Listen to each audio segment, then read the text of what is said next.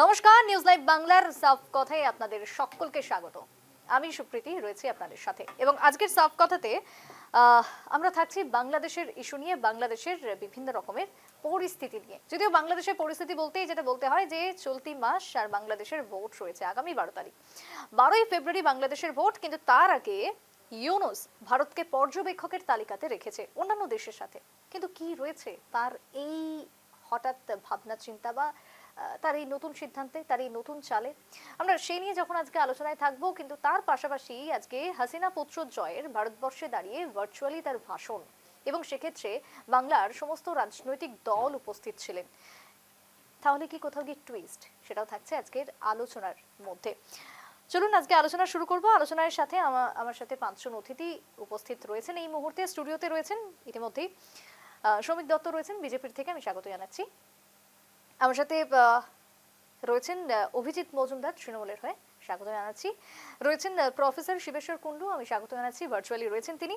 ইতিমধ্যেই জুড়ে গেছেন আওয়ামী লীগের থেকে আব্দুর রহমান, আমি আব্দুর দাকেও স্বাগত জানাচ্ছি। এবং তারই সাথে ত্রিপুরা থেকে রয়েছেন বরিষ্ঠ সাংবাদিক শেখর দত্ত, আমি শেখর দাকেও জানাচ্ছি স্বাগত। প্রত্যেকেই স্বাগত জানাবো এবং আজকের আলোচনা শুরু করব। তবে যেহেতু বাংলাদেশের ইস্যু, বাংলাদেশের বিষয়, তাই আমি শুরুটাই করব আওয়ামী লীগ থেকে, যেখানে আওয়ামী লীগের এই মুহূর্তে রয়েছেন আব্দুর রহমান। আব্দুর দা, আজকের দিনের বাংলাদেশের পরিস্থিতি হয়তো আপনাদের থেকে ভালো আর কেউই বলতে পারবে না। যেখানে রয়েছেন আপনি, সেই দেশের কি পরিস্থিতি এই মুহূর্তে দাঁড়িয়ে? ভোট তো এসেই গেল, আমি শুরুতেই জানতে চাইবো পরিস্থিতি কেমন রয়েছে। সবাইকে শুভেচ্ছা। নিউজ বাংলাকে অসংখ্য ধন্যবাদ এবং অন্যান্য যারা আজকে কথা বলবেন সবাইকে অনেক অনেক শুভেচ্ছা, এবং যে সব দর্শকরা দেখছেন তাদেরকেও শুভেচ্ছা জানাচ্ছি। আপনারা জানেন যে বাংলাদেশের পরিস্থিতি শুধু আপনারাই নয়, গোটা বিশ্ববাসী জানে সেখানে কি ধরনের শাসন ব্যবস্থা চলছে, সেখানে কিভাবে আজকে বাংলাদেশের মানুষ কতটা দুর্বিষহ জীবনযাপন করছে। সবকিছু আজকে একেবারে দিবালোকের ন্যায় স্পষ্ট। তো আপনারা জানেন যে কয়েকদিন পরেই এই অবৈধ সরকার, ইউনূস সরকার, তারা গত 5ই আগস্টে দেশি বিদেশি আন্তর্জাতিক একটি ষড়যন্ত্রের মধ্য দিয়ে তারা সেখানে রাষ্ট্র ক্ষমতা দখল করেছে। তো সেই দখলদারিত্ব থেকে আজ অব্দি বাংলাদেশে একটি মবের শাসন ব্যবস্থা চলছে, যে মবের শাসন ব্যবস্থার নেতৃত্ব দিচ্ছেন আন্তর্জাতিক একজন খ্যাতি সম্পন্ন ব্যক্তি বলে আমরা যাকে জানতাম, পশ্চিমা কালচারে যিনি খ্যাতি কুড়িয়েছেন। কিন্তু সেই লোকটি আজকে বাংলাদেশে একেবারে জঙ্গিদের নেতৃত্ব দিচ্ছেন, যারা উগ্রবাদী ধর্মান্ধ গোষ্ঠী রয়েছে সেই গোষ্ঠীর নেতৃত্ব দিচ্ছেন তিনি। এবং আজকে বাংলাদেশকে একটি আইএমএ, আমাদের বাংলাদেশের মানুষ তাকে এখন ডাকে, বাংলাদেশে আইএমএ জাহিলিয়াতের যে যুগটা রয়েছিল, এখন আইএমএ ইউনুসীয় যুগ চলছে বাংলাদেশে। তো এই অবস্থা থেকে বাংলাদেশের কোনো মানুষ ভালো নেই। আর সেখানে তো আমাদের বাংলাদেশ আওয়ামী লীগের রাজনৈতিক নেতাকর্মীরা রয়েছে। আপনি জানেন যে আমাদের লক্ষ লক্ষ নেতাকর্মী জেলে রয়েছে, আমাদের হাজার হাজার নেতাকর্মী খুনের শিকার হয়েছে, মবের শিকার হয়েছে, তাদের সহায় সম্পত্তি, পরিবার পরিজন সবকিছু চরম বিপর্যয়ের মধ্যে রয়েছে। এবং সেখানে বাংলাদেশের সাধারণ মানুষও এটার দ্বারা এফেক্টেড হচ্ছে। জি বলুন।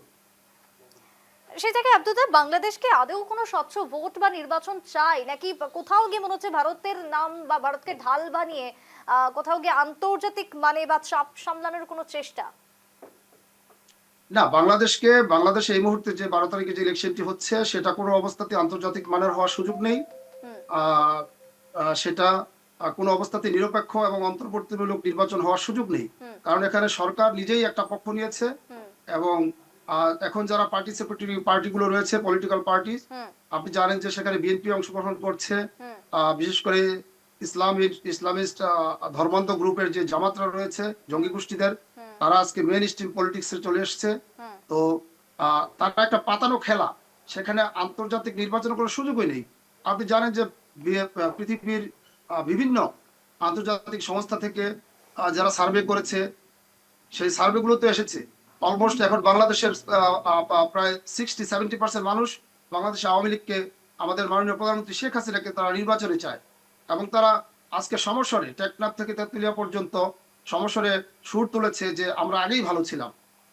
তো সেই অবস্থায় আওয়ামী লীগকে বঞ্চিত করে, বাংলাদেশের একটা বৃহৎ জনগোষ্ঠীকে তারা বঞ্চিত করে তারা আজকে বাংলাদেশের নির্বাচনটা করছে একপাক্ষিক। আহ, এবং এটা বাংলাদেশের মানুষ কোনো অবস্থাতেই এটা চায় না। এবং আপনারা দেখবেন যে সেখানে এই নির্বাচনে বাংলাদেশের মানুষ গ্রহণ করবে না এই ভোট। বেশ, আমাদের তার মানে নেত্রী একতরফা অলরেডি একচেটিয়া ভোট নির্বাচন বর্জনের ডাক আপনার কথা দিয়েছেন। থেকে যেটা বোঝাই যাচ্ছে।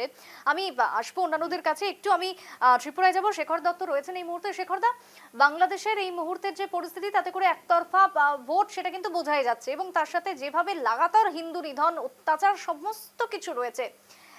এই নির্বাচনের তাহলে মানে কি দাঁড়াচ্ছে, এবং তারই সাথে ভারতকে এই যে ডাক পর্যবেক্ষক হিসেবে, নতুন কি কোনো চাল এটাই? ভারতকে যে ডাক দেওয়া হলো এই নির্বাচনের জন্য, সেটা হচ্ছে একটা স্মোক স্ক্রিন তৈরি করা, একটা ধূম্রজাল তৈরি করা, যাতে নির্বাচনী বৈধতা বাইরে প্রমাণ করা যায় বহির্বিশ্বে। আর বাংলাদেশে বর্তমানে যে পরিস্থিতি, আওয়ামী লীগ সেই দেশের অন্তত পক্ষে এখনো 60% মানুষের সমর্থন পায়। সেই আওয়ামী লীগের নেতৃবৃন্দ লক্ষ লক্ষ কর্মী সমর্থকদের বন্দি রেখে তাদের নির্যাতন করে, গৃহচ্যুত করে, আর সমস্ত সংখ্যালঘুদের উপর যে ধরনের নির্যাতন চলছে সেটা বজায় রেখে সেখানে অবাধ এবং নিরপেক্ষ নির্বাচন কোনোদিনই হওয়ার কথা নয়। আর জামাত শিবির এবং জামাতের সঙ্গে যারা অশুভ আতাত করেছে, সাম্প্রদায়িক শক্তি এবং আন্তর্জাতিক বিভিন্ন শক্তির যারা এজেন্ট, প্রতিনিধি বাংলাদেশে, এরা নির্বাচন অবাধ হতে দেবে বলে আমার মনে হয় না। এখন এর মধ্যে জনজাগরণ যদি ঘটে তাহলে কিছুটা হতে পারে, কিন্তু আওয়ামী লীগকে বাদ দিয়ে এই নির্বাচন তো নিরর্থক, এটা একটা প্রহসন। এখন এটাকে শুদ্ধতা দেওয়ার জন্য ভারতকে পর্যবেক্ষক হিসাবে ডাকা হয়েছে, কারণ ডক্টর মোহাম্মদ ইউনূস চান যে তার আন্তর্জাতিক ভাবমূর্তিটা বজায় থাকুক, কিন্তু তিনি যে দেশকে বিক্রি করে বসে আছেন এই মার্কিন যুক্তরাষ্ট্রের ষড়যন্ত্রের কাছে, সেটা তো সবাই আমরা বুঝতে পারছি, উপলব্ধি করছি। আর উনি আতাত করেছেন যে এই মৌলবাদী জামাত, তারপর অন্যান্য যে সমস্ত সন্ত্রাসবাদী শক্তি, যেমন জেল থেকে ছেড়ে দেওয়া হয়েছে অসংখ্য সন্ত্রাসবাদী এবং দণ্ডাজ্ঞাপ্রাপ্ত আসামিদের, এরা তো দেশের মধ্যে যা খুশি তাই করছে। খুন, হত্যা, রাহাজানি, ধর্ষণ, সম্পত্তি দখল, ফসল নষ্ট করা, এবং কোনো কিছুই এরা বাদ দিচ্ছে না। এবং সরকার তো সম্পূর্ণ নিষ্ক্রিয়, এরা তো কিছুই করছেন না। আওয়ামী লীগ যখন ক্ষমতায় ছিল তখন সংখ্যালঘু হিন্দু বা বৌদ্ধ যারা, তাদের ন্যূনতম একটা সংরক্ষণের ব্যবস্থা ছিল। আওয়ামী লীগের নেতৃত্ব চেষ্টা করতেন যাতে তাদের উপর কোনো অহেতুক নির্যাতন না হয়, এবং সেটা তারা সংরক্ষণ দিতেন। কিন্তু এই আমলে তো মুক্ত হাতে সমস্ত অপরাধী এবং সন্ত্রাসবাদী গোষ্ঠী, মৌলবাদী গোষ্ঠী নেমে পড়েছে। তো এর মধ্যে আওয়ামী লীগ যেমন বিপন্ন, আওয়ামী লীগের সঙ্গে সঙ্গে সমস্ত সংখ্যালঘুরাও বিপন্ন। এই অবস্থায় ভোট কি হবে আমি একটু শোভিকদার কাছে আসবো। শোভিকদা, এই যে ঈশ্বরই ছবি বলতে পারেন। আজকে বাংলাদেশের সাথে আমরা একটা সময় দেখেছিলাম যে হাসিনার ভালো একটা সম্পর্ক ছিল বা ঘনিষ্ঠতা, আজকের দিনে দাঁড়িয়ে এই যে পর্যবেক্ষক হিসেবে ডাক, কোথাও গিয়ে সেটারই কোনো প্রভাব? আমি সেটাকে প্রভাব বলে ভাবি না।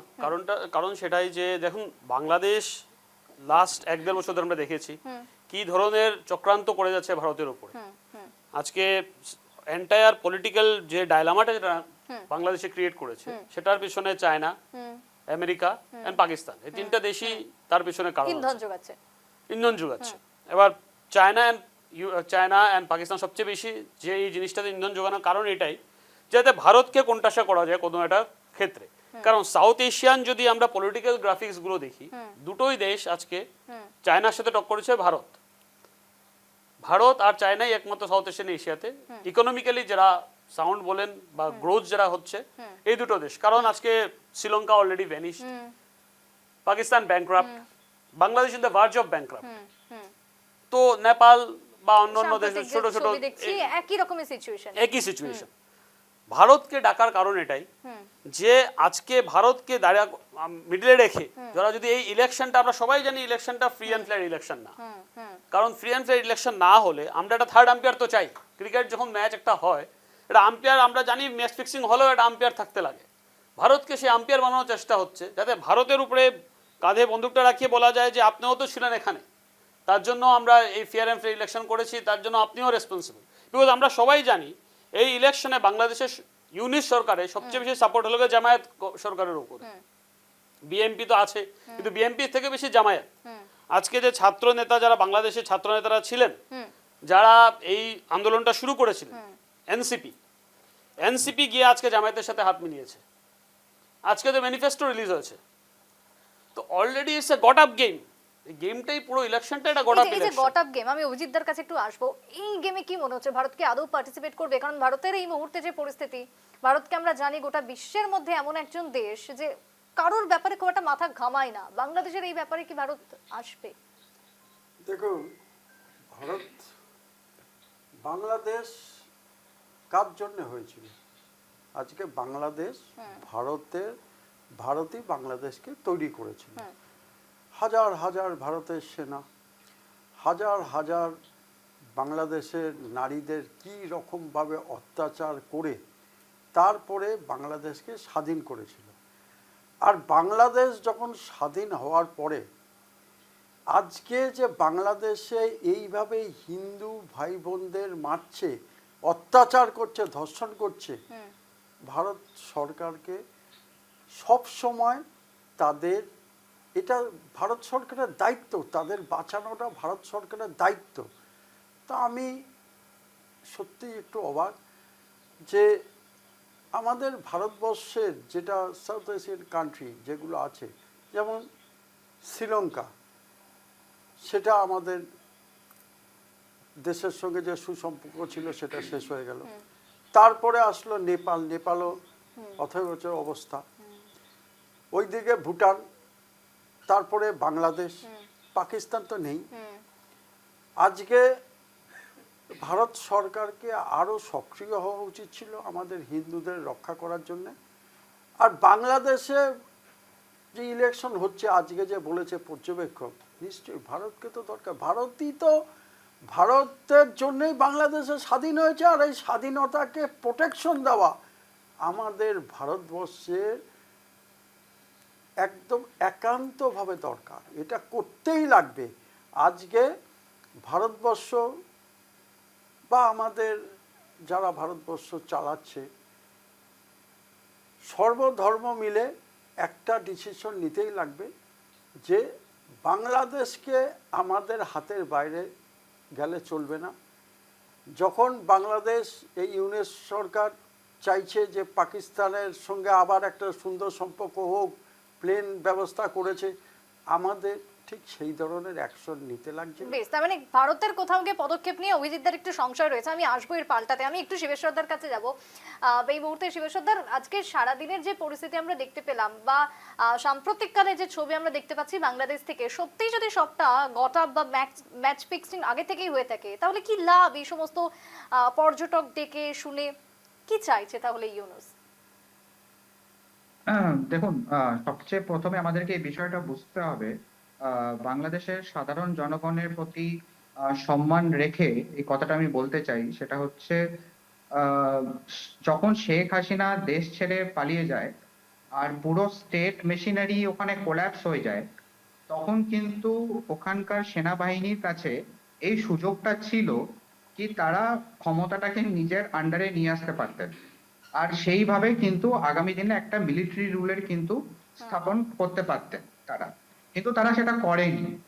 তো কোথাও না কোথাও আমাদেরকে এই জিনিসটা বুঝতে হবে কি সাধারণ জনগণ বা যারা ওখানে সেরকম ধরনের লোকজনেরা আছে, তারা কোথাও না কোথাও এটা চায় কি গণতান্ত্রিক প্রণালী, গণতান্ত্রিক পরিস্থিতি যেন বাংলাদেশে যেন বজানো থাকুক, বাংলাদেশে যেন ইস্টাবলিশড হোক। কিন্তু বাংলাদেশে আমরা যে এই কয়েক মাস ধরে, লাস্ট বছর ধরে যেইভাবে মৌলবাদের উত্থান দেখেছি, তো সেখানে আমাদেরকে এই জিনিসটা বুঝতে হবে কি সাধারণ জনগণ যেটা চেয়েছিল সেই সময়ে, বা শেখ হাসিনার যেগুলো প্রবলেম্যাটিক বিষয়গুলো ছিল, সেই জিনিসগুলো তো, সেই বিষয়গুলো বিরুদ্ধেই তো প্রোটেস্টটা হয়েছিল। সেই কোটা আন্দোলন থেকে শুরু করে যেইভাবে জিনিসগুলোকে সেভাবে ডেভেলপ করে, সেটা তো শেখ হাসিনার কোথাও না কোথাও কিছু ডিমেরিট ছিল যার জন্য হয়েছিল বিষয়গুলো। কিন্তু আমরা দেখতে পাচ্ছি কি সেই জিনিসটা কিন্তু একইভাবে কিন্তু ট্রান্সলেট হচ্ছে না। কেননা এখানে আমাদেরকে বুঝতে হবে, যে বক্তা আমার আগে বললেন যে বিষয়টা, সেটা হচ্ছে যেই যুব সমাজ এই গণ উত্থানটা করেছিল, এনসিপি, সেই এনসিপিরই আমরা দেখছি কি জামাতের মতন সংগঠনের সাথে কিন্তু একটা জোট তৈরি হয়েছে। আবার মোস্ট ইন্টারেস্টিংলি বিষয়টা, জামাতের যিনি চিফ শাফিকুর রহমান, উনি কিছুদিন আগে একটা খুবই কন্ট্রোভার্সিয়াল স্টেটমেন্ট দিয়েছেন আল জাজিরা নিউজ চ্যানেলে, যেখানে উনি মহিলাদের ওনাকে জিজ্ঞেস করা হয়েছিল কি আপনাদের সংগঠনে কি মহিলাদের কোনো পার্টিসিপেশন বা সেরকম ধরনের যোগদানের কোনো সুযোগ আছে কিনা। উনি সরাসরি ভাবে জিনিসটাকে ডিনাই করে বলেন কি এইটা কোনো ধরনের সুযোগ নেই। তো মানে আমাদেরকে এই বিষয়গুলোকে বুঝতে হবে, গণ উত্থান যেভাবে শুরু হয়েছিল আর এখন যা বাংলাদেশের যা পরিস্থিতি, সেটাতে কিন্তু নর্থ পোল সাউথ পোলের মতন একটা ডিভিশন আছে। তো এবার এই ডিভিশন গুলোকে কিভাবে ট্যাকেল করা যেতে পারে সেটা বাংলাদেশের জনগণ, বাংলাদেশের সাধারণ পাবলিক আগামী দিন করবে। যেই ভদ্রলোক আমার আগে জাস্ট বললেন আওয়ামী লীগ থেকে যিনি ছিলেন, আমাদের সাধারণ ভারতবর্ষের দিক থেকে আমরা জানি কি আওয়ামী লীগ ভারতবর্ষের শুভচিন্তক হিসেবে মানে তখনও ছিলেন, এখনো আছে। তাদেরকে জিজ্ঞেস করা উচিত সেই ভদ্রলোককে কি আওয়ামী লীগের স্ট্র্যাটেজি কি, আওয়ামী লীগ কি করতে চলেছে, এই যে ফেব্রুয়ারিতে যে ইলেকশনটা হবে, এই মাসে যে ইলেকশনটা হবে, তাদের রোলটা কি, তারা কিভাবে মৌলবাদকে সেখানে আটকানোর চেষ্টা করছেন। এই স্ট্র্যাটেজি গুলোকে নিয়ে তাদেরকে ভাবনা চিন্তা করা উচিত বা আমাদের সাথেও শেয়ার করা উচিত। আব্দুল থেকে কাছে এই প্রশ্ন থাকবে, আমি একটু সমীকদার কাছে আবার যাবো। সঙ্গে অভিজিৎ দা যেটা বলছিলেন যে আরেকটু শক্ত হাতে বা রাশ ধরতে হবে ভারতকে, যেটা অভিজিৎ দার দাবি। হ্যাঁ দেখেন, তাহলে কি কোথাও কি না, কথা আমি মনে করি না ভারতের ডিপ্লোম্যাটিক যে পলিসি সেটা কোথাও উইক আমরা কোনোদিনই মনে করিনি। কারণ আপনি যদি 10 বছরে দেখুন, আমরা প্রত্যেকটা দেশের সাথে আমাদের ডিপ্লোম্যাটিক পলিসি এত শক্তিশালী হয়ে দাঁড়িয়েছে যে আজকে আমাদের অন্য দেশের কাছে গিয়ে আমাদের হাত পাততে লাগছে। আমাদের ব্যবসায় আজকে রিসেন্টলি যেটা আমাদের Europe mother of all deals, European deal যেটা হলো, বিকজ অফ এই ডিপ্লোম্যাটিক পলিসির জন্য এই পরিস্থিতিগুলো হয়েছে। এবার বাংলাদেশের ক্ষেত্রে কি হয়েছে, বাংলাদেশটা চলে গেছে অলরেডি একটা ইসলামিক মুভমেন্টের হাতে, যেখানে অরাজকতা চলছে, না কোনো সরকারি গভর্নমেন্ট আছে, না ইলেক্টেড কোনো গভর্নমেন্ট আছে।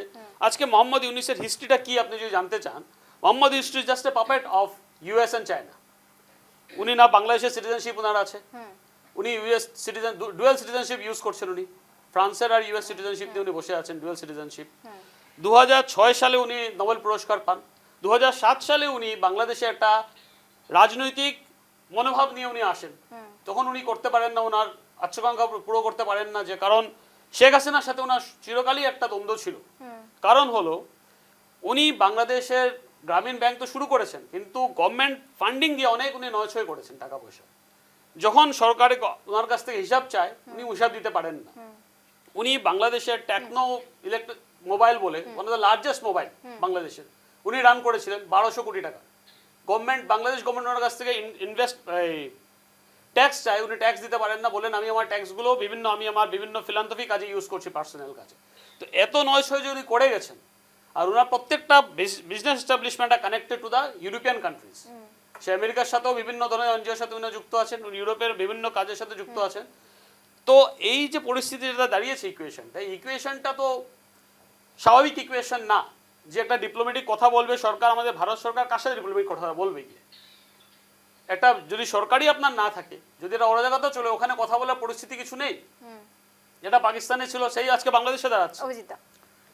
ভারত সরকার যদি মনে করে 24 ঘন্টার মধ্যে বাংলাদেশকে ঠান্ডা করে দিতে পারে, সেই ধরনের অ্যাকশনটা নেওয়া উচিত ছিল। আমাদের পররাষ্ট্র নীতি সত্যি ভালো, আমি প্রশংসা করছি, কিন্তু আমাদের যেগুলো সাউথ এশিয়ান কান্ট্রিগুলো, যেগুলো এক এক করে সব বেরিয়ে যাচ্ছে, যেমন শ্রীলঙ্কা শেষ হয়ে গেল। মানে কোন সময় মনে করছেন যে এই অ্যাকশনটা নেওয়া জরুরি ছিল? একদম প্রথম থেকে অ্যাকশনটা নেওয়া জরুরি ছিল।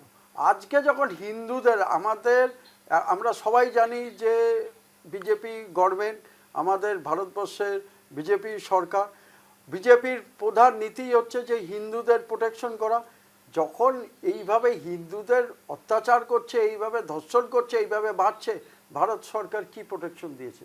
ভারত সরকার বাংলাদেশের হিন্দু বাঙালিদের জন্য কি প্রোটেকশন দিয়েছে? আর সেকেন্ড কথা হচ্ছে, আমি বলি আপনি বলুন। সেকেন্ড কথা হচ্ছে যে বাংলাদেশে যে শেখ হাসিনা যে ভুলটা করেছিল, আজকে যদি প্রণব মুখার্জি থাকতো তাহলে কিন্তু এই ধরনের এই নীতিতে আসতো না, এই ধরনের স্থিতি হতো না। শেখ হাসিনা যেটা ভুল করেছে যে একটা গভর্নমেন্ট, আজকে 15 বছর ধরে শেখ হাসিনা গভর্নমেন্ট ছিল, কিন্তু 10 বছর ধরে সেখানে কোনো ইলেকশন হয়নি। একটা ফুটবল মাঠে যদি দুটো টিম না থাকে কাকে গোল দেবে? ওখানে ইলেকশন হয়নি বলে আমি তো আসবো। ধীরে ধীরে আমি একটু এগিয়ে শেখরদার গেছে। কাছে যাবো। শেখরদা, যদিও শেখরদাকে একটু তাড়াতাড়ি আমাকে ছাড়তে হবে। শেখরদা, এই যে দিল্লিকে ডাক, কি চাইছে এই মুহূর্তে? তাহলে সেই একই প্রশ্ন আমাকে করতে হয়। আজকের পরিস্থিতি থেকে কি বলবেন?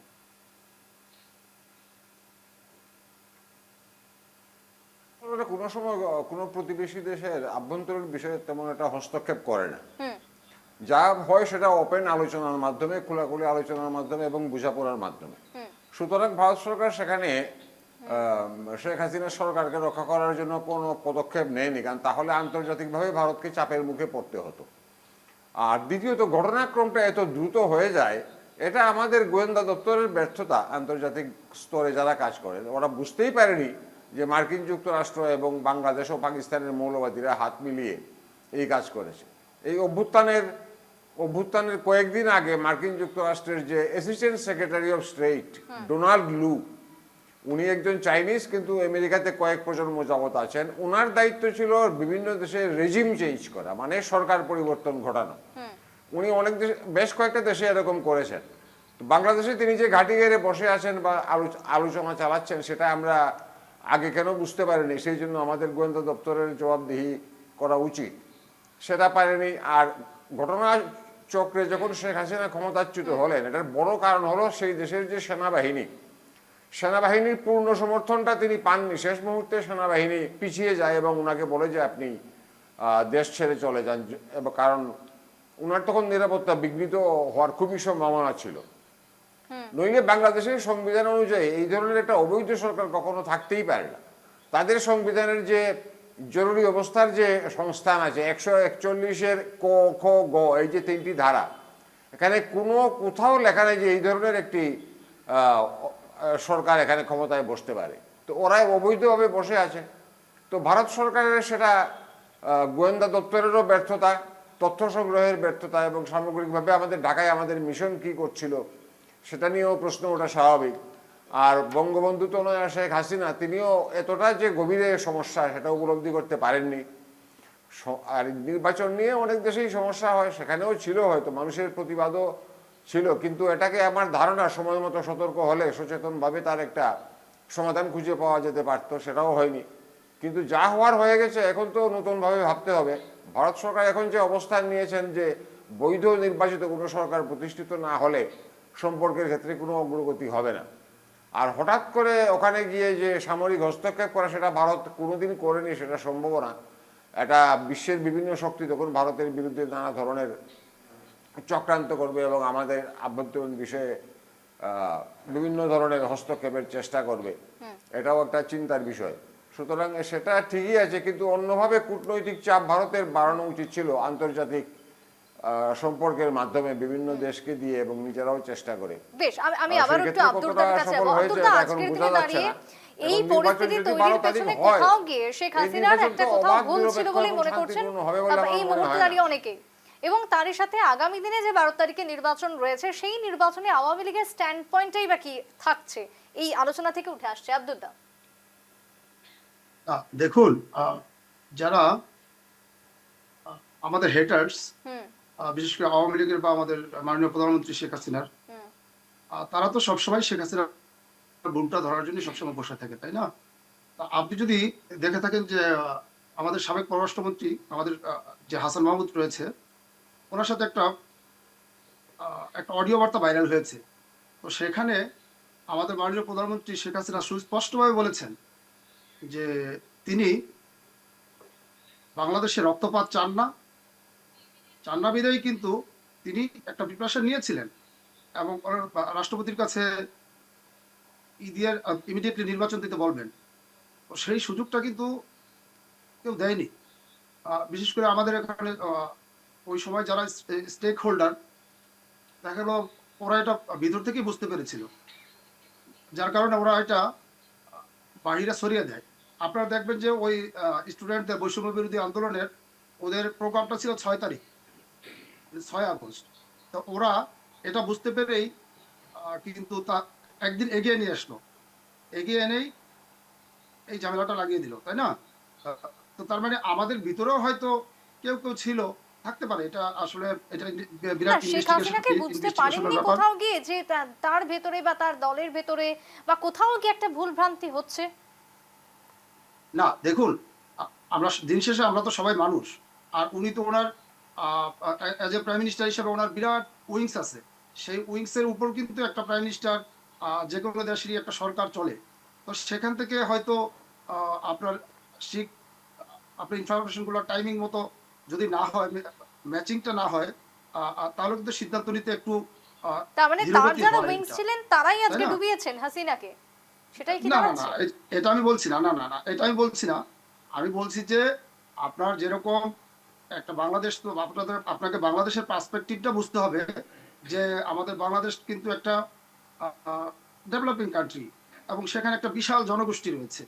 আহ, আমাদের জনগোষ্ঠীও কিন্তু একটা, এটা কিন্তু নর্মাল কোনো দেশের না, আমাদের ভূখণ্ড ছোট। সেখানে সারাক্ষণ মানুষের জীবন মানের ডেভেলপমেন্ট নিয়ে তাকে ভাবতে হয়েছে। তিনি প্রতিনিয়ত কাজ করেছেন, এবং আজকে বাংলাদেশের যে চিত্রটা, সেটাও কিন্তু শেখ হাসিনার কারণেই উত্তরণটা ঘটেছে। সেই সব কারণেই, এবং আপনার এখানে কিন্তু একটা আমাদের পাল্টা একটা গ্রুপ রয়েছে, যারা একেবারে স্বাধীনতার সময় যারা পরাজিত হয়েছিল, এবং বিভিন্ন সময় যারা বিদেশি শক্তিগুলো রয়েছে, বিশেষ করে পশ্চিমে পিভিসি এবং এখানে পাকিস্তান রয়েছে, আমাদের সব সময় পিছনে লেগে থাকে যে আওয়ামী লীগকে সহ্য করতে পারে না, এবং শেখ হাসিনাকে সহ্য করতে পারে না। এই বিষয়গুলো তো তারা তো প্রতিনিয়ত ষড়যন্ত্র করছিল, এবং হয়তো এটা ইউএস এর যে ডিপ স্টেট রয়েছে তাদের সহযোগিতায়, এবং ওদের একটা ফিগার দরকার ছিল, সেই ফিগারটা ছিল ইউনুস। এই বেশ, তার মানে ইউনুসকে সব দিক সামনে থেকে রেখে ষড়যন্ত্রের শিকার হয়ে আজকের এই পরিণতি বাংলাদেশের হয়েছে। এবং আগামী দিনে কি স্ট্যান্ড পয়েন্ট থাকছে আওয়ামী লীগের, সেটাও থাকবে আমার প্রশ্ন। তবে বিরতির আগে ঠিক যে আলোচনা চলছিল আজকের দিনে দাঁড়িয়ে আব্দুরদা যে কথা বলছিলেন, আমি আব্দুরদার প্রসঙ্গ নিয়েই আমি আবার ঢুকবো। অভিজিৎ দা, ইতিমধ্যে বাংলাদেশের যে পরিস্থিতি, আব্দুরদা যে কথা বলছিলেন যে কোথাও কোনো ক্ষেত্রে দাঁড়িয়ে তাদের কোনো উইংস হয়তো সেই জায়গাতে ফাঁকফোকর থেকে যাওয়াতেই আজকে এত বড় একটা পট পরিবর্তন হয়ে গেল বাংলাদেশের বুকে।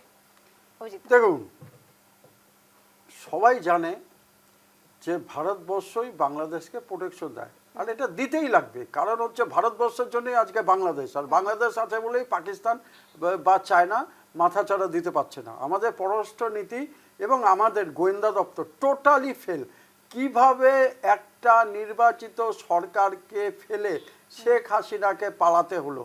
আমাদের গোয়েন্দা আমি একটা কথা দপ্তর আপনাকে বলছি, কিসের জন্য আপনাকে না, শুনেন, রিপোর্ট আপনার দিতে এই পারলো না? রিপোর্ট আজকে রিপোর্ট একটা জিনিস আওয়ামী, মনে রাখেন আমি যে আপনাকে বলছি, ইন্দিরা আওয়ামী গান্ধী লীগের একদিনে মহিবুল ওই মিনিস্টার, দেশকে ইন্টারনাল স্বাধীন মিনিস্টার, করে দিয়েছিল। উনি নিজের ইন্টারভিউতে তারপরে বলেছেন নিউজ প্রণব 18-এ মুখার্জি যে যখন আমাদের ছিল, থেকে 6 মাস প্রণব আগে মুখার্জি আমাদের কাছে রিপোর্ট ছিল, পররাষ্ট্রনীতিটা দেখুন। ইন্টারনাল ইনফরমেশন ছিল যে ইউনিস সরকার তাহলে কেন ইউনিসের মতো protection দিতে সংস্থা পারেনি? বিভিন্ন টাকা ইউনিস পয়সা তো ইউজ পরে করছে, এসছে। ও জানার পরে যদি ইউনিস পড়ে এসছে দাদা না, 6 না, মাস না। আগে। আমার কথা মহিবুল, আপনি হচ্ছে জিজ্ঞেস করুন, যে আমাদের নেতা আছেন, উনি জিজ্ঞেস করতেন, ইন্টারনাল মিনিস্টার ছিলেন মহিবুল হক চৌধুরী, উনি নিজে ইন্টারভিউতে বলেছেন যে আমাদের কাছে ইনফরমেশন ছিল, আমাদেরকে ভারতবর্ষ ইনফরমেশন দিয়েছে, কিন্তু আমরা কাজ করতে পারিনি, এটা আমাদের ব্যর্থতা। আমরা ভাবিনি তো গ্রেভিটিতে যে এই ধরনের গ্রেভিটিতে এই ধরনের প্রোটেস্ট হবে। এটা বলো যে গভর্নমেন্টের ভারত সরকারের ভারত সরকারের না, এটা যে বাংলাদেশ সরকারের ব্যর্থতা। একটা কারণ নির্বাচন আমরা ইনফরমেশন দিয়েছি, আমরা আজকে সরকার চালাচ্ছে বাংলাদেশ, না, না, ওখানে গিয়ে ভারত যেখানে- সরকার ঢুকে সরকার যেখানে চালাতে পারবে না। এত আমরা অত্যাচার, ইনফরমেশন দেওয়া হয়েছে, যেখানে হিন্দুদের ভারতের এত গোয়েন্দা অত্যাচার এতটুকু হয়েছে হিন্দুদের উপর, পরিপূর্ণ যে ভারত কি ভারতের action যখন কি নিয়েছে? দরকার, আজকে ভারত যা যে- অ্যাকশন নিয়েছে, আজকে যখন যে হিন্দু যখন নারীদের ইসকনের একের পর সাধুকে এক আমরা ধরে নিয়ে গেল, ধর্ষণ অ্যারেস্ট করা হলো, একের পর এক একমাত্র মন্দির ভারত জ্বালিয়ে সরকার যে দিয়েছে। দাঁড়িয়েছিল তার আজকে যে পেছনে, ইসকনের তার আগে প্রধানকে কোনো সরকার ওখানে দাঁড়ায়নি। arrest করেছে। আজকে ভারত কংগ্রেস সরকার বলুন, কি অন্য করেছে? অন্য দেশ বলুন, অন্য কেন পলিটিক্যাল পার্টি বলুন, সর্বদলীয় ফিলিস্তিন নিয়ে কথা বলে, বৈঠক কিন্তু কেন বাংলাদেশের হিন্দু উপর বাংলাদেশের প্রথম হিন্দুদের দিনে নিয়ে কোনো action নেয়নি। কংগ্রেস আজকে বলুন, কেন টিএমসি ব্যবসা বলুন, অন্য বাণিজ্য কোনো বন্ধ দল করে কেন দিল? বাংলাদেশের হিন্দু নিয়ে কথা বলে না? আজকে আজকে বাংলাদেশের- ফিলিস্তিন নিয়ে কথা বলছে, বাংলাদেশের গাজা নিয়ে কথা যে বলি আমরা, business, কিন্তু এখানে বাংলাদেশের আসছে না। হিন্দুদের নিয়ে কেন কথা বলে? একমাত্র বিজেপি সরকারই কেন বাংলাদেশের হিন্দু নিয়ে কথা বলে? আজকে কোথায় যখন কথা বলে? যখন ইসকনের বাংলাদেশে যখন এত সাধুকে হিন্দু অ্যারেস্ট করা নারী হলো, যখন ধর্ষিত এই হলো, সাধুর অ্যারেস্টের এই সময় বাংলাদেশে যখন বিজেপি একের সরকারই পর যে এক এদের হিন্দুদের জন্য মারছে, প্রতিবাদ করেছিল, তখন যে আমাদের দাঁড়িয়েছিল government প্রত্যেকটা কেন জেলায়, করেছিল? আসামের প্রত্যেকটা কেন জেলায়, হিন্দুদের ভারতের উপর প্রত্যেকটা অত্যাচার জেলায় জেলায় protest করেছিল? দাস করেছে একমাত্র হিন্দু সংস্থা আর বিজেপি সংস্থা। তাদের বলেনি যে আজকে যখন দুলু দাসকে দাঁড়িয়ে দেওয়া হলো জানালো কে? বিজেপি আর হিন্দু সংস্থারাই ফাইট করেছে তার জন্য। তো অন্য কোনো আজকে আপনি টিএমসি বলুন, তৃণমূল বলুন, কংগ্রেস বলুন, সিপিএম বলুন, কেন হিন্দুদের জন্য কেউ কথা বলে না? একমাত্র বিজেপি কেন কথা বলে হিন্দুদের জন্য? আমি থামাবো। আমি একটু শিবশব্দের কাছে যাবো। আমি থামাবো। শিবশব্দ, আজকের যে পরিস্থিতি, বিজেপি দাবি করছে যে শুধুমাত্র বিজেপি হিন্দুদের হয়ে কথা বলে, অন্যদিকে টিএমসি দাবি করছে যে ভারতবর্ষের পররাষ্ট্র নীতি ফেল। শিবশব্দ, দেখুন, এখানে আমরা আন্তর্জাতিক রাজনীতি আলোচনা করতে করতে আমরা মানে রাজ্য বা আমাদের ভারতবর্ষের যেগুলো দ্বন্দ্ব রাজনৈতিক দলগুলোর মধ্যে, সেই বিষয়গুলো আলোচনা করতে গেলে আমরা একটু ডাইগ্রেস হয়ে যাব আমার মনে হয়। তো আমাদেরকে মানে ফোকাস থাকা উচিত কি, মানে বাংলাদেশে যে এখন যে পরিস্থিতি, আর ওখানে যে সংখ্যালঘুদের উপরে যে একটা অত্যাচার হচ্ছে বা অনেক দিন থেকেই বিভিন্ন রকমের আমরা যে বিষয়গুলো দেখতে পাচ্ছি, সেই জিনিসগুলোকে নিয়ে আমাদেরকে এমন একটা বার্তা দেওয়া উচিত কি আমাদের সংখ্যালঘু ভাই বোনেরা ওখানে যারা আছেন তারা যেন সুরক্ষিত থাকেন। এখানে বিজেপি কি বলছে, তৃণমূল কি বলছে বা সিপিএম কি বলছে, এই বিতর্কে গিয়ে আমার মনে হয় খুব একটা সেরকম লাভ হবে না। কিন্তু শিবশব্দ, এই যে ভারতের, যদি ভারত উপস্থিত হয়, এখনো পর্যন্ত যদিও ভারতের তরফ থেকে কোনো কিছু প্রতিক্রিয়া পাওয়া যায়নি, যদি উপস্থিত হয় তাহলে কি এই নির্বাচনের কোনো বৈধতা বাড়বে আদতে? দেখুন, Bharat, India is one of the largest democracy in the world. মানে ভারতের যে গণতান্ত্রিক প্রতিষ্ঠান আর গণতন্ত্রের বিচারধারার প্রতি যে আস্থা, তো ভারতের মতন দেশকে মানে এটা ইনভাইট করা, এটা একটা খুব আশ্চর্যজনক বিষয় না। ভারতকে ইনভাইট করতেই হবে। ওখানে যতই না আমরা দেখি কি ভারতের এগেনস্টে সেখানকার মৌলবাদী শক্তিদের একটা সেরকম সেন্টিমেন্ট আমরা সামনে দেখতে পাচ্ছি, কিন্তু আপনি এটা খুব মাইনিউটলি এটাকে ফলো করবেন। কোন শীর্ষ লেভেলের নেতা, বিএনপি হোক, মোহাম্মদ ইউনূস হোক, ইভেন জামাতের চিফ শফিকুর রহমান হোক, কেউ কিন্তু নিজেদের ইন্টারভিউতে বা কেউ কিন্তু নিজেদের বার্তায় কখনো এই বিষয়টার ইঙ্গিত দিতে চায়নি বা সরাসরি ভাবে দেয়নি কি তারা ক্ষমতায় আসার পর বা তারা সরকারের গঠন করার পর কোনো অ্যান্টি ইন্ডিয়া রোল প্লে করবে। তো ভারতকে তাদেরকে কনফিডেন্সে নিতেই হবে, কেননা দক্ষিণ এশিয়ার বাংলাদেশের একদম দরকার। একদম শিবশব্দ, আজকের এই পরিস্থিতি যখন চলছে বাংলাদেশে, তখন জয়, হাসিনা পুত্র জয়ের তখন এই যে ভারতবর্ষে দাঁড়িয়ে ভার্চুয়ালি ভাষণ, কোথাও গিয়ে এটা একটা কোনো টুইস্ট? দেখুন, ওনার আমি ভাষণ শুনছিলাম। ওনার ভাষণে মানে আমি ওই একই জিনিস বলবো, উনি কয়েকটা পয়েন্ট রেজ করেছেন নিজের ভাষণে। প্রথমেই উনি ক্ষমা প্রার্থী, মানে যেটা মোহাম্মদ ইউনূস বা ওখানকার যারা এখন দলেরা আছে, যেই বার্তাটা ওনারা দেওয়ার চেষ্টা করছিলেন কি কেন আওয়ামী লীগকে পার্টিসিপেট করতে দেওয়া হয়নি, তারা বলছেন কি আওয়ামী লীগ কি কোনো ধরনের সরি বলেছে, আওয়ামী লীগ কি কোনো ধরনের পশ্চাতাপ করেছে। তো আমার মনে হয় ওইসব ধরনের স্টেটমেন্টস এর প্রতিক্রিয়া আজকে যিনি সাজিব ওয়াজিদ জয় যেই কথাগুলো বলছিলেন, উনি প্রথমেই এটাকে স্বীকার করলেন কি প্রোটেস্ট, যেটা কোটা আন্দোলনের যেটা প্রোটেস্ট হয়েছিল, সেটা কোথাও না কোথাও মিসহ্যান্ডেল হয়েছে। ঠিক আছে, ওখানে ফেলিয়ার অফ কমিউনিকেশন হয়েছে, দ্বিতীয় পয়েন্ট। তৃতীয় পয়েন্ট উনি বলেছেন কি ইনোসেন্ট প্রোটেস্টার্স যারা ছিলেন সেই সময়, তারা মিলিটেন্টসদের দ্বারা কোনো না কোনো দিক দিয়ে আঘাত পাচ্ছিল সেই সময়, যার জন্য শেখ হাসিনা গভর্নমেন্টকে সেরকম ভাবে কিছু কঠোর স্টেপ নিতে হয়েছে।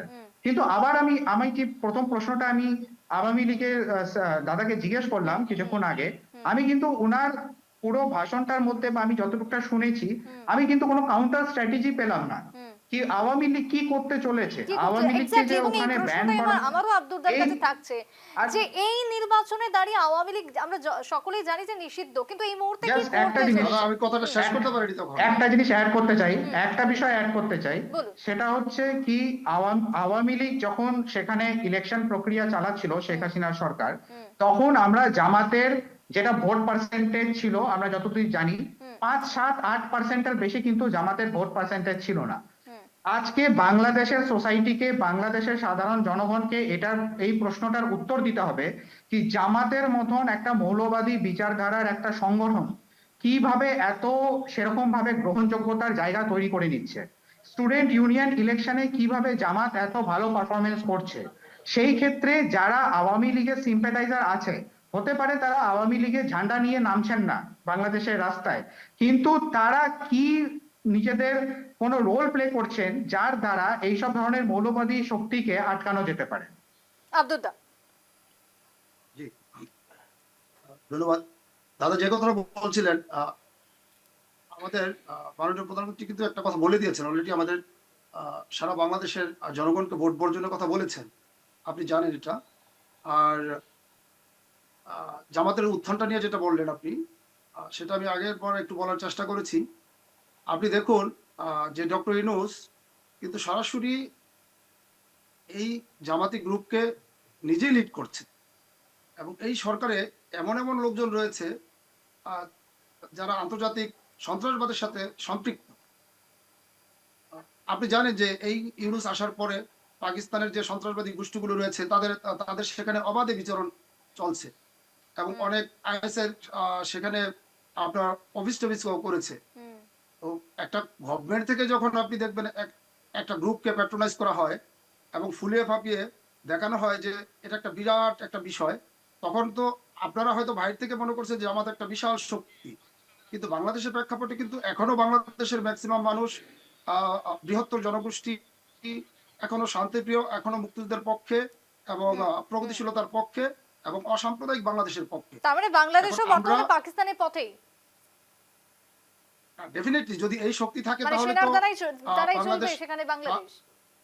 না, এটাকেই তো আমরা থামাতে চাচ্ছি। এবং আপনার এখনো আমাদের বাংলাদেশের যে সারা পৃথিবীর, আমি বলবো শুধু ভারতবর্ষ নয়, সারা পৃথিবীর যারা শান্তিপ্রিয় মানুষ, অসাম্প্রদায়িক রাজনীতি বিশ্বাস করে, মানুষের অধিকারে বিশ্বাস করে, মানুষের জীবনবোধে বিশ্বাস করে, তারা এই পরিস্থিতিকে, এই ইউনূসের চেহারাটাকে, মুখোশটাকে উন্মোচন করে দিতে হবে, উন্মোচন করে দিতে হবে যে সে এখানে কি করছে বাংলাদেশে, আর বাংলাদেশে কি এই ঘটাচ্ছে। প্রশ্নই তো আজকে শিবেশ্বর দা করছিলেন যে করতে হবে আপনারা বলছেন, কিন্তু আপনারা সেই জায়গাতে এতদিনের একটা রুলিং পার্টি, আপনাদের এই মুহূর্তের তাহলে ভূমিকাটা কি থাকছে?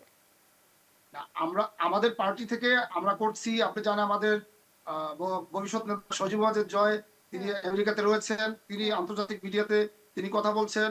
আমাদের মাননীয় প্রধানমন্ত্রী শেখ হাসিনা, তিনিও ভারতীয় মিডিয়া এবং আন্তর্জাতিক মিডিয়াতে কথা বলেছেন বাংলাদেশের এইসব বিষয়ে। আপনি জানেন যে বাংলাদেশের মিডিয়াগুলো বাক স্বাধীনতা বলতে এখন কিচ্ছু নেই। ওখানে শুধু এখন সরকারি বয়ানটাই এস্টাবলিশড হয়, ওটাই শুধু তার মানে প্রচারিত হয়। বাংলাদেশের এই ভোট বা এই ইলেকশনে মিডিয়া কি তাহলে কোনোভাবে স্বচ্ছ ভূমিকা পালন করতে পারবে আদেও? না, প্রশ্নই আসে না। ওরা তো লাস্ট 18 মাসে বাংলাদেশের মিডিয়ার কি ভূমিকা এটা তো এস্টাবলিশ করে দিয়েছে। সেখানে শুধু ইউনূসের বয়ান এবং এই জঙ্গিদেরকে, এই যে Islamist so-called Islamist militant group রয়েছে, এই তাদের বয়ানটাকে কিন্তু সেখানে উপস্থাপন করে দেখানো হচ্ছে। এবং বারবার আপনি দেখবেন কিছু ফেক এবং ফ্যাব্রিকেটেড যেই সোকল্ড সার্ভে রয়েছে, সেই সার্ভেগুলোতে দেখানো হচ্ছে যে যে জামাত 40% বা 30% এরকম ভোট পাবে, কখনো প্রাইম মিনিস্টার হয়ে যাবে জামাতের আমির শফিক। যে যে দেখলেন যে 2 দিন আগে তার এক স্যান্ডেলে যে বাংলাদেশের কর্মজীবী নারীদেরকে যিনি প্রস্টিটিউট বলেছে। আমরা তীব্র নিন্দা জানাই। যেই বাংলাদেশ প্রায় 4.5 লক্ষ মানুষের মা বোনের সম্ভ্রমের বিনিময়ে এই বাংলাদেশ মুক্ত হয়েছে, সেই দেশে আমার মা বোনকে, আমার নারীদেরকে আজকে শুনতে হচ্ছে যে তারা যারা কর্মজীবী তারা প্রস্টিটিউট।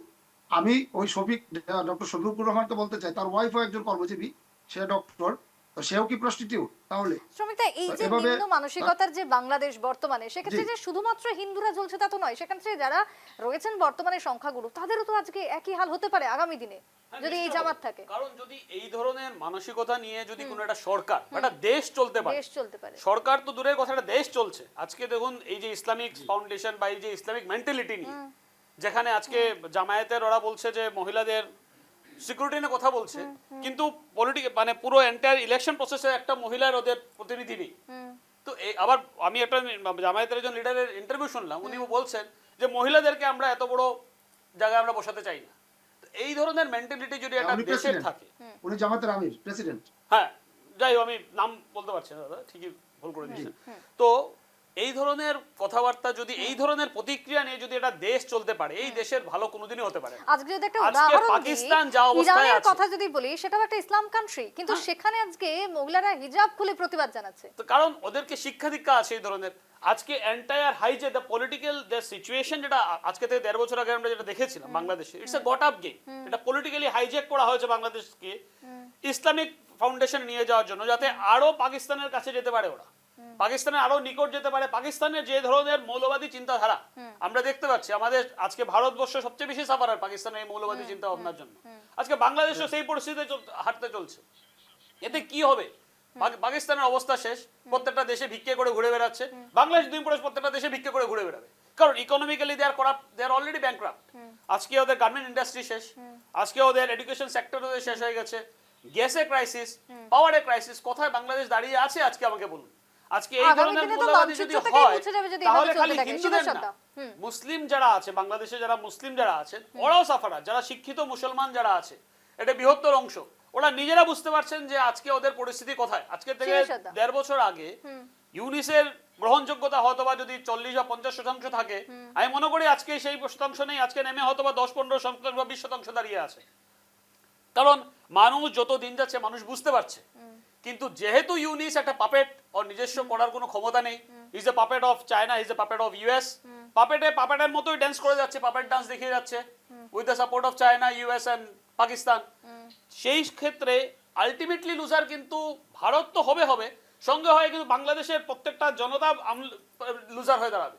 কারণ আজকের থেকে 5-10 এই যদি সরকার যদি বসতে পারে এসে 5 বছর পর বাংলাদেশের অস্তিত্ব কোথায় দাঁড়াবে সেটা আপনি আমি বলার মতো অবস্থায় থাকবো না। এরা নিজেরা সাফারার হবে। আজকে 1.5 বছর ধরে জিজ্ঞেস করুন আজকে বাংলাদেশের বেকার সংখ্যা কোথায় গিয়ে দাঁড়িয়ে আছে। ইয়ং ছেলেমেয়েরা আজকে বেতন পাচ্ছে না। আপনারা যদি খোঁজ খবর করতে পারেন, ভিতরে ইন্টারনাল খবর আছে, এরা মাসের পর মাস বেতন পাচ্ছে না। বেসরকারিরা, সরকারিরা তো পাচ্ছে না, বেসরকারিও পাচ্ছে না। ইউনিস একটা কিচেন ক্যাবিনেট চালাচ্ছে, 20 জন ওনার ক্যাবিনেটের অ্যাডভাইজার্স, দে আর অল নন আমরা পলিটিক্যাল। যখন বলি যে ভারতবর্ষ আজকের দিনে দাঁড়িয়ে কেন চুপ করে আছে, যেটা আপনি বলছিলেন, কিন্তু আজকে যদি একটু ডোনাল্ড ট্রাম্পের সাথে আমরা নরেন্দ্র মোদীর তুলনা করি, কোথাও গিয়ে কি মনে হচ্ছে না যে ভারতের স্ট্যান্ড পয়েন্টটাই ঠিক? দেখুন, কারণ উনি যেভাবে নিজে সব জায়গায় নিজেকে প্রমোট করে বেড়ান যে একটা আমিই কথা করছি শুনুন। আমিই করছি। বাংলাদেশে যদি সত্যি 12 তারিখ নির্বাচনটা হয়, তো এটা ভাবছেন কেন যে মৌলবাদী শক্তি এসে যাবে? ওখানে তো আরেকটা বিরোধী দল আছে, তারিক, খালিদা জিয়ার ছেলে। আমাদের যখন এখানে এই এরা পার্টিসিপেট করতে পারছে না, আওয়ামী লীগ, আওয়ামী লীগ, তখন যদি খালেদা জিয়ার ছেলে তারিক, ওদের যে পার্টিটা সেটা বিএনপি যদি এসে যায়, নিশ্চয়ই আপনি 100% লিখে রেখে দিন ভারতের সঙ্গে সুসম্পর্ক তৈরি হবে, হতেই লাগবে। কারণ ইকোনমিক্যালি বাংলাদেশ যদি কোলাপস হয়ে যায়, তাহলে তার একটা পার্ট, একটা অংশ ভারতবর্ষ সাফার করবে। কারণ আজকে পশ্চিমবঙ্গ যদি ধরবেন, কোন অংশটাকে বলতে চাইছেন যে সাফার করতে পারে? আমার নর্থ ইস্ট, পশ্চিমবঙ্গ এবং টোটাল ভারত একটা সাফার করবে। মানে যে যদি অংশটা ইকোনমিক্যালি দিয়ে সীমানা রয়েছে সেই অংশ কি সাফার শুধু করবে? সীমানা না, আমাদের ভারতবর্ষের একটা পার্ট হয়ে বাংলাদেশ হয়েছে। বাংলাদেশের ইকোনমি যদি গ্রো করে, ভারতবর্ষের ইকোনমিও গ্রো করবে, তার একটা এফেক্ট আছে। সত্যি কি তাই? আমি একটু প্রফেসর থেকে আনসার নেব। আর যদি বাংলাদেশের ইকোনমি ফল করে, বাংলাদেশে যদি ইকোনমি টোটালি কোলাপস হয়ে যায়, তাহলে তার এফেক্ট ভারতবর্ষে পড়বে। সেটা আমি মনে করি না যে ফল করবে বলে। কারণ ভারতবর্ষ আজকে গত আপনি তো এইমাত্র বললেন যে না, দেখেন, আমি সিকিউরিটি রিজনে বলছি, আমি ইকোনমিক্যাল পাকিস্তানের মতো হবে। আমরা কোনোদিনও চাই না বাংলাদেশ আমি সিকিউরিটি কনসার্ন নিয়ে কথা বলছি, আমি কিন্তু ইকোনমি কথা বলছি। সিকিউরিটি কনসার্ন নিয়ে এই কারণে কথা বলছি কারণ বাংলাদেশ আমাদের নিকটতম প্রতিবেশী। আমি ভাবি আজকে পাকিস্তান যত দূর বাংলাদেশের থেকে আমাদের কাছে, যদি এফেক্টেড হবে, যদি করতে চায় আমাদের এফেক্টেড, আমাদের যে 7 সিস্টার যেটা ছিল সিকিউরিটি নিয়ে কনসার্ন হতে পারে, কিন্তু এত মেজর কনসার্ন কিছু হবে না। ইকোনমিক্যালি কনসার্ন আমরা হবো না, কারণ আমরা বাংলাদেশের উপরে ডিপেন্ডেন্ট না। বাংলাদেশ বরঞ্চ ইন্ডিয়ার উপরে ডিপেন্ডেন্ট, সে গার্মেন্ট সেক্টরই হোক, সে পাওয়ার সেক্টরই হোক, সে গ্যাস সেক্টরই হোক বা অন্য কোনো সেক্টরই হোক। ভারতবর্ষ কিন্তু ডিপেন্ডেন্ট না। কারণ আজকে যদি আপনি দেখুন, ডিপেন্ডেন্ট লাগে না তো, প্রত্যেকটা আমাদের পারপারসিক দেশ যেগুলো আছে, শ্রীলঙ্কা, বাংলাদেশ, নেপাল, ভুটান, আর আমি একটু শিবসন্দার কাছে বসে বাংলাদেশ আদৌ থাকুক বা না থাকুক, সত্যি কি ভারতের কোনো প্রভাব তাতে পড়তে পারে? সরি, আরেকবার রিপিট করবেন কি বলছেন? বাংলাদেশ থাকুক বা না থাকুক, আজকের দিনে দাঁড়িয়ে বাংলাদেশ যদি একেবারে নিশ্চিহ্ন হয়ে যায়, তবুও কি ভারতের কোনো প্রভাব পড়বে? দেখুন, কালকে যেটা ইউনিয়ন বাজেট প্রেজেন্ট হয়েছিল, সেখানে ভারতের যেটা ডেভেলপমেন্ট যেটা ফান্ডিং হতো বাংলাদেশের দিকে, সেখানে কিন্তু 50 to 70% একটা স্ল্যাশ হয়েছে অ্যামাউন্ট। তো বাংলাদেশ ভারত যত না বাংলাদেশের প্রতি নির্ভরশীল, তার থেকে বেশি কিন্তু বিভিন্ন ডেভেলপমেন্টের দিক দিয়ে কিন্তু এই সময় অবধি, মানে শেখ হাসিনার গভর্নমেন্ট অবধি, বাংলাদেশ কিন্তু ভারতের প্রতি নির্ভরশীল ছিল। কিন্তু এখানে একটা বিদেশ নীতির একটা ইন্টারেস্টিং পয়েন্ট আছে, সেটা হচ্ছে এই ওদের ওই শেখ হাসিনার চলে যাওয়ার পর বাংলাদেশ নিজের পয়েন্ট অফ অ্যাটেনশন টার্ন করেছে চায়না আর পাকিস্তানের দিকে। তো আমার মনে হয় এইখানে যেহেতু ভারত একটা ম্যাচিওর ডেমোক্রেসি, আর ভারতের গণতান্ত্রিক প্রতিষ্ঠানের সাথে বাংলাদেশের কোনো প্রতিষ্ঠান বা কোনো রাজনৈতিক নেতাবৃন্দদের কোনো তুলনা হয় না। এখানকার ডেমোক্রেসি একটা আলাদা রকমের লিডারশিপ তৈরি করে। তো আমার মনে হয় এখানে ভারতকে কাইন্ড অফ একটা ম্যাচুরিটি দেখানো উচিত, আর ভারতকে এই আঞ্চলিক স্থিরতা, আঞ্চলিক ভালো পরিবেশ গঠন করার জন্য আমি আপনাদের চ্যানেলে এর আগেও বলেছি কি কোনো একটা আঞ্চলিক প্রতিষ্ঠান, যেটা আমাদের অঞ্চলে ছিল একসময় SAARC, south Asian association of regional cooperation, সেই ধরনের প্রতিষ্ঠানের কিন্তু আবার পুনর্নির্মাণ করার কথা ভাবনা চিন্তা করা উচিত, যার দ্বারা পাকিস্তান আর বাংলাদেশের মতন এই দুটো দক্ষিণ এশিয়ার একটা গুরুত্বপূর্ণ রাষ্ট্রকে ভারত সেরকম ভাবে ট্যাকেল করতে পারবে। বেশ, আমি আমি আবারও একটু আসবো আলোচনার মধ্যে। যেমনটা বলছিলেন যে ইকোনমিক দিক থেকে বা হয়তো হবে না, কিন্তু সিকিউরিটি দিক থেকে কোনো প্রভাব থাকলেও থাকতে পারে। হ্যাঁ, কনসার্ন হতেই পারে, কারণ দেখুন আমরা আজকে আসামকেই ধরুন, আমরা যদি ছোট থেকে ছোট জিনিস ধরি, আজকে আমরা ইললিগাল মাইগ্রেশন আমরা প্রত্যেকটা ফাইট করেছি, আসাম গভর্নমেন্ট বলুন বা আসাম প্রত্যেকটা লোক সাফার। এইটা একটা সিকিউরিটি কনসার্ন আমাদের জন্য, কিন্তু কারণ বাংলাদেশ যদি স্থির না হয়, ওখান থেকে অনুপ্রবেশকারী আমাদের দেশে এসে ঢুকবে, আমাদের মাটি এসে দখল করবে, আমাদের ঘরে এসে বসবে, আর আমাদের ওদেরকে তাড়িয়ে দিতেই লাগবে।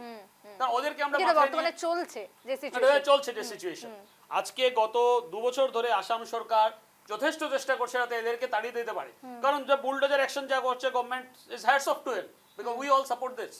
কারণ আমরা কেউ চাই না যে আমাদের ঘরে অনুপ্রবেশকারী এসে ঘরে বসুক আর আমরা এদেরকে মাথায় নিয়ে নাচব। একটা কথা হচ্ছে, এদেরকে সরাতে গেলে সিকিউরিটি কনসার্নটা এখান থেকেই শুরু হচ্ছে। যখন নাকি এই যুদ্ধ বিরোধী সিটি না হলে সিকিউরিটি কনসার্নটা থাকবে। যখন বাংলাদেশ হলো, তখন ভারত সরকারের সঙ্গে একটা কিন্তু এগ্রিমেন্ট হয়েছিল, সেটা হচ্ছে যে বাংলাদেশে যারা অত্যাচারিত হিন্দু, তারা কিন্তু যখনই ইন্ডিয়ায় আসবে তারা ইন্ডিয়ার নাগরিকত্ব পাবে। এটা কিন্তু এগ্রিমেন্ট আছে। সেটা তো আমরা মানছি, আমরা সেটা মানছি। আমরা বাংলাদেশি মিয়াদের কথা বলছি, যারা মিয়া হিসেবে ডিক্লেয়ার করা হচ্ছে, বাংলাদেশি মিয়াদের কথা বলছি। ওরা এসে আমাদের দেশে আজকে হিন্দুরা আমাকে একটু বলতে দিন। ইনসিকিউরিটি কনসার্ন না, কিন্তু সিকিউরিটি কনসার্ন এই মিয়াদা যারা বাংলাদেশ থেকে এসে অনুপ্রবেশকারী এসে ঢুকে আমাদের জঙ্গলে নানান জায়গায় এসে আমাদের ঘর বসত করছে, আমাদের রিসোর্সেস কেড়ে নিচ্ছে, আমাদের মাটি কেড়ে নিচ্ছে। এরা আমাদের জন্য ইনসিকিউর জোন। হিন্দুরা কোনোদিন ইনসিকিউর জোন ছিল না আমাদের জন্য, যে কারণে আমরা সবাইকে আনছি। কটা আপনারা, আমি এখন যেহেতু বৈদেশিক নীতি নিয়ে আলোচনা হচ্ছে, আমি লোকাল ইস্যু ধরছি না, শুধু একটাই পয়েন্ট আপনাকে মনে করিয়ে দিচ্ছি। জিজ্ঞেস করা হলো যে সিকিউরিটি রিজন কি হতে পারে, সিকিউরিটি এটা একটা রিজন হতে পারে। আপনাকে সেটা আপনি ওয়েস্ট বেঙ্গলে একটা কথাই মনে করিয়ে দিচ্ছি আপনাকে, যে আপনি একটা বলুন তো, যে আপনাদের গভর্নমেন্ট কত বছর হয়েছে? 10 বছর। 10 বছরে কটা না, আজকে আমরা অন্য ইস্যুতে চলে যাচ্ছি। আমি একটু বাইরে আমাদের কাছে শুধু একটা কথা বলছি, এক মিনিট, ইকোনমিক্যালি কথাটা দেখুন। বাংলাদেশ যদি ইকোনমিক্যালি ডেভেলপ না হতে পারে, বাংলাদেশ যদি ভালো ইকোনমিক ডেভেলপমেন্ট না হয়, নিশ্চয়ই ভারতের ওপর তার একটা প্রভাব পড়বে। কেন, যেহেতু এটা পারিপার্শ্বিক দেশ।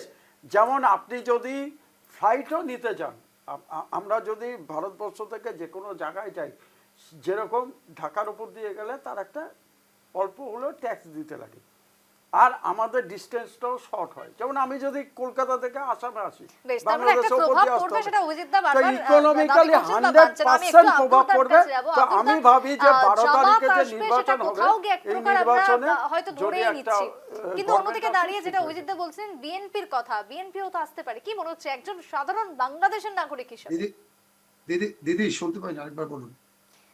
আব্দুরদা, কি মনে হচ্ছে জামাত না বিএনপি বাংলাদেশের এই মুহূর্তে দাঁড়িয়ে পরিস্থিতি পরিবেশ কি বলছে? ইলেকশন হলে আপনি দেখবেন যে বিএনপি আসবে, বিপুল ভোটে আসবে। এবং বিএনপি দেখুন, যেখানে এই অবৈধ দখলদার সরকার, বাংলাদেশ একটি, এই সরকারটা যেখানে অবৈধ, আমাদের দৃষ্টিভঙ্গি থেকে আমাদের মাননীয় প্রধানমন্ত্রী শেখ হাসিনা অলরেডি বলে দিয়েছেন যে এই ইউনুস যা কিছু আয়োজন করবে সবকিছুই কিন্তু অবৈধ। তো সুতরাং আর যেই নির্বাচনে বাংলাদেশ আওয়ামী লীগ যেখানে এই বাংলাদেশকে সৃষ্টি করেছে, এই মুক্তিযুদ্ধে নেতৃত্ব দিয়েছে, যে যেই দলটি বয়স ৭৮ বছর, তা আপনি সেই দলটিকে বাদ দিয়ে এবং বাংলাদেশের সবচেয়ে বেশি জনগোষ্ঠীর প্রতিনিধিত্ব করে বাংলাদেশে এই পর্যন্ত যতটি নির্বাচন হয়েছে প্রতিদ্বন্দ্বিতাপূর্ণ, একটা নির্বাচনেও বাংলাদেশ আওয়ামী লীগের ভোট কখনো 33%-এর নিচে যায়নি। এটা আর লাস্ট ইলেকশন যদি আমরা প্রতিদ্বন্দ্বিতাপূর্ণ ধরি 2008-এর 29শে ডিসেম্বর, বেশ। সেই নির্বাচনে আওয়ামী লীগ ভোট পেয়েছিল 48%-এর বেশি। আপনারা তো যেই, বিরোধীদের ভোটে 2001 সালে যে আওয়ামী লীগ তো election- বিরোধীদের ভোটে দাঁড়াতেই দেয়নি। আমি নিজে বাংলাদেশ দাদা। গেছিলাম ইলেকশনের আগে, আমি দেখে এসেছি আওয়ামী দাদা, আমি লীগের সব 2008 থেকে এর কথা বড় বলছি। ভুল যেটা করেছে যে দাদা, আমি একটা 2008 খেলার এর কথা মাঠে বলছি। দুটো টিম লাগে, তারা বিরোধীদের 2008 আজকে এর কথা যদি বলছি। বিরোধীদের সঙ্গে নিয়ে দাদা, হোক না interrupt করলে তো ইলেকশনে জেতা interrupt হারা করে কথা থাকে, বলতে পারবো না। বিরোধীদের বেশ, নিয়ে যদি আমাদের চলতো, এই স্থিতি আজকের হতো না। সময় একেবারে শেষ, তাই আলোচনা এখানেই থামাতে দাদা, হচ্ছে। আমি প্রত্যেককেই দাদা, বলবো যে দাদা, just বাংলাদেশের ভোট যত এগিয়ে আসবে ততই আমাদের এই বাংলাদেশ কেন্দ্রিক আলোচনা হয়তো আরো বাড়বে। আগামী দিনে প্রশ্ন আরো থাকবে এবং তার উত্তরও আমরা খুঁজবো বাংলাদেশ থেকেও। তবে আজকের মতন আমি প্রত্যেকেই ধন্যবাদ জানাচ্ছি। সময় যেহেতু শেষ, তাই এখানেই শেষ করতে হচ্ছে আজকের সাফ কথা। এবং বাংলাদেশে কি হবে তার জন্য আমাদের অপেক্ষা করতে হবে আগামী 12ই ফেব্রুয়ারির দিকে। তাই সেদিন কি হবে, আদৌ কি পট পরিবর্তন, যে সন্ধিক্ষণের জন্য আমরা অপেক্ষায় রয়েছি তার দিকে তাকিয়ে থাকবো। তবে আপাতত প্রত্যেককে আমি জানাচ্ছি আরো একবার ধন্যবাদ।